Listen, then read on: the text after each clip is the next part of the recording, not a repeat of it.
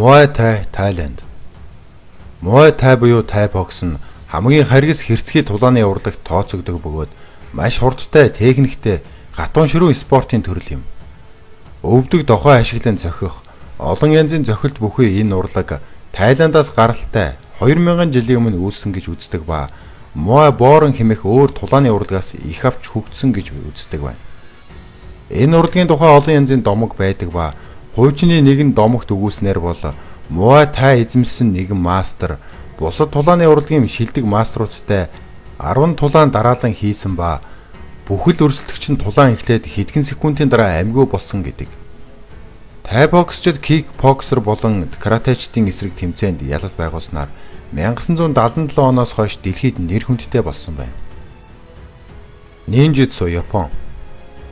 Харангийн хувцастай хурдан шалмай хөдөлгөөнтэй хананд яг л Аз шиг авирч гэрэл дунд харагдахгүйгээр хөнгөн аргагүй муур мэт адил гүйж чаддаг, эрдэм чадaltaй ямар ч дуу чимээ гаргадаггүй үйл хөдлөлөө хийж чаддаг үл үзэгдэгч алуурчид бол нинжа билээ.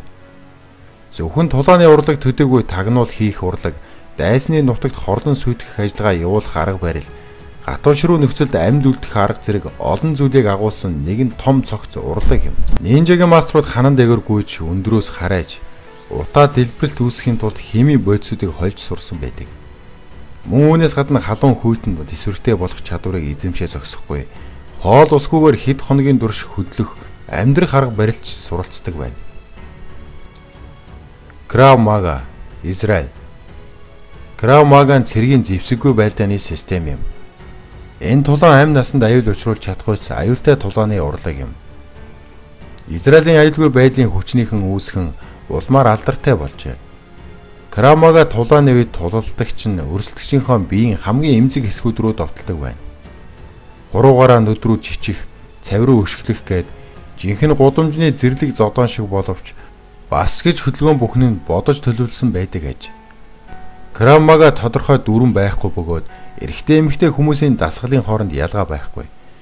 Бүх техникүүд нь бодит нөхцөлд хамгийн үр дүнтэй тулалдахад чиглэдэг байна. Capoeira, Бразил. Capoeira нь Бразил руу илгээгдэж байсан Африкийн боолуудын анх гаргасан тулааны хэлбэр. Анх харсан хүнд бол энэ тулааны урлаг нь бүжиг гэмээр Capoeira нь хурдан нарийн төвөгтэй маневруудаас тогтдог бөгөөд ихэвчлэн хурдан эргэлт өшөглөлт зэргээс бүрддэг байна. 2014 оны 11-р сарын 26-нд Capoeira нь ЮНЕСКОгийн биет бус соёлын өвд багтжээ. Карате, Япон. Карате нь кара буюу хоосон, тэ буюу гар гэсэн хоёр ханданаас бүтдэг. Тулааны урлагийн нэг хэлбэр юм. Каратегийн түүх 19-р зууны үед Окинавагаас эхэллээ гэж үздэг. Каратегийн мэх бүр огцом хүчтэй байдаг учраас нэг зохилт заавал өхөл гэж ярьдаг байжээ. Биеийн хөдөлгөөн хэдий хурдтай байна, зохилт төдий чинээ хүчтэй болдог. Хүчээр биш хурдаар давмгайлах нь чухал. Учир нь хурд өрсөлдөгчөөс уртахад тус болж өрсөлдөгч хурдтай давталгааныг хамгаалахад хэцүү байдаг. Энэ хүч өрсөлдөгчийн амь гол цэгт хүрэх ёстой. Карате зохилт хийхэд жих хүртэл нэмэр болдог байна. Өөрийгөө бүрэн хянаж чадахгүй бол ямар ч техникийг бүрэн эзэмссэн ялалтад хүрэхгүй. Каратегаар хичээлдэг хүн өөрийгөө хянах чадвартай байх ёстой. Мөн каратед өрсөлдөгчийн хөдөлгөөнийг алдалгүй харахын тулд харц чухал байдаг ажээ. Калари Паятто, энэтхэг. Калари Паяттон дэлхийн хамгийн эртний бусад тулааны урлагийн их болсон төрөл хэмээн үздэг. Калари Паятто гэсэн үг нь ариун газар дэх тулаан гэсэн утгатай юм. Тулааны энэ урлагийг Вишна бурхан анх санаачилсан гэж энэтхэгчүүд итгэдэг байна. Тулааны урлагаас хамгийн эртний бурхтын зодооны энэ уламжлал орчин үеийн тулааны бүхий л урлаг шингэсэн байдаг. Тулааны гол зорилго нь хүний чухал эд эрхтний гэмтэлцэг дээр зохилт хийх явдал юм. Ийм эмзэг цэг нь 108 байдаг гэж үздэг ба Калари Паяттог төгс эзэмсэн мастер дээрх цэг дээр ганцхан зохиод өрсөлдөгчөө хөдлөх чадваргүй болгон зарим нөхцөл шууд алж чаддаг гэнэ. Самбо, Орос. Самбо нь харьцангуй орчин үед үүссэн тулааны урлаг, спорт бөгөөд Зөвлөлт холбоод улсад бий болж 1938 онд Зөвлөлт холбоод улсын бүх холбооны спортын зөвлөлөөс албан ёсоор спорт гэж хүлээн зөвшөөрөгдсөн бие хамгаалах урлаг юм. Зөвлөлт холбоод улс залуу дайчтай түргэн хугацаанд бэлтгэх зайлшгүй шаардлагатай болсноос ийм тулааны урлаг бий болгожээ. Самбо нь бие бялдар хөгжүүлэхээс гадна жинхэнэ эх оронч үзэл төлөвшүүлэх үүрэгтэй гин. Самбогийн гол баримтлал нь байнга өөрийгөө хөгжүүлж, арга хэлбэр нь өөрчлөхт нь тулааны бусад урлагуудаас өөрөшигтэй аргуудыг авч байдаг гэжээ. Сават, Франц. Сават гэдгийг хуучин гутал гэж орчуулж болно. Энэ нь барууны фокус болон элементүүдийг хослуулан гар хөлийн техник ашиглан тулалдаг Францын байлдааны спорт юм. Сават нь Парис болон хойд Францад алдартай гудамжны тулааны хэлбэр байжээ. Өмнө зүгт ялангуяа Марсилийн бомб хотод далайчдын дунд ихээхэн хөгжинд дэлгэрсэн байна. Дамбе, Африк. Хойд Африкийн ард түмэн болох Нигер болон түүний хөрш орнуудын дунд үүссэн энэ тулааны урлаг нь эртний Египтийн тулааны урлагаас үүдэлтэй боловч илүү хэрцгий арга мэх хэрэгсэлтэй билээ. Дамбег спортын сахилга бат гэх нь бий. Тулаанд орохын өмнө нударгаан тусгай даавгаар боож, гадуур нь маш хатуу олсоор орох ба зохилт хийх хөлөө гинжээр ороодог. Зарим тулаанчид энэхүү гинжээ зохиж элдэв эрмэг оруулсан байх нь ч бий. Хаусчууд энэ тулааны урлагийг зөвхөн бие хамгаалах хэрэгсэл болгон хөгжүүлээ зогсолгүй. Өөрийн үндэсний уламжлал болгосон ба хэсэг бүлэг дайчид осготоор аялан үзүүлэх тулаан нэртэй маш зэрлэг хэрцгий тулаан хийж мөнгө олдог билээ. Баком, Перу. Баком Перугийн нийслэл лимд үүссэн харьцангуй залуу тулааны урлаг юм. 1980-ад оны үед хуучин тэнгисийн явган цэрэг гэмт хэрэгтэн байсан Роберто Пуч Бизеда энэ тулааны урлагийг үндэслсэн ба энэ хотын ядуусын хороололд тулааны урлагаан түгээж эхэлжээ. Одоо Баком нь албан ёсны холимог тулааны урлаг болсон ба олон хүн энэ урлагаар хичээлж байна. Энэ тулааны урлагийн гол мэх нь янз бүрийн боолт, өчөлт, гар гэмтэх, хүний чухал эд эрхтэнг онилсон цохилт байдаг ба эдгээрийг хийхдээ маш хурдтай буюу өрсөлдөх чухам юу болж байгааг ойлгох зав үлгүү хийх ёстой ажээ. Бокатор. Бокатор нь 1700 гаруй жилийн өмнө Гихмерийн эзэнт гүрэнд үүссэн маш эртний тулааны урлаг ба уг нэр нь Арслан зохих гэсэн утгатай юм. Эртүр цагт энэхүү тулааны урлагийг төгс эзэмшсэн нэгэн эр гэнэт зэрлэг арслантай тулгарч маш хүчтэй цохилтоор ялан дийлсэн гэдэг домгоос энэ нэр үүссэн гэдэг. Энэхүү тулааны урлаг 1970-ад оны үед бараг устж үгүй болох төгсөн ба Пол Потын явуулж байсан жижиг үндэстэн угсаатныг хомроглон устгах ажиллагааны үеэр энэ тулааны урлагийн маструудыг онцгой анхааран ангуучилж байсан билээ. Одоогийн байдлаар энэ урлагийг эзэмшсэн 10 хүрэхгүй хүн үлдсэн бөгөөд тэдний хүч чармаалтаар иргэн сэргэж байна.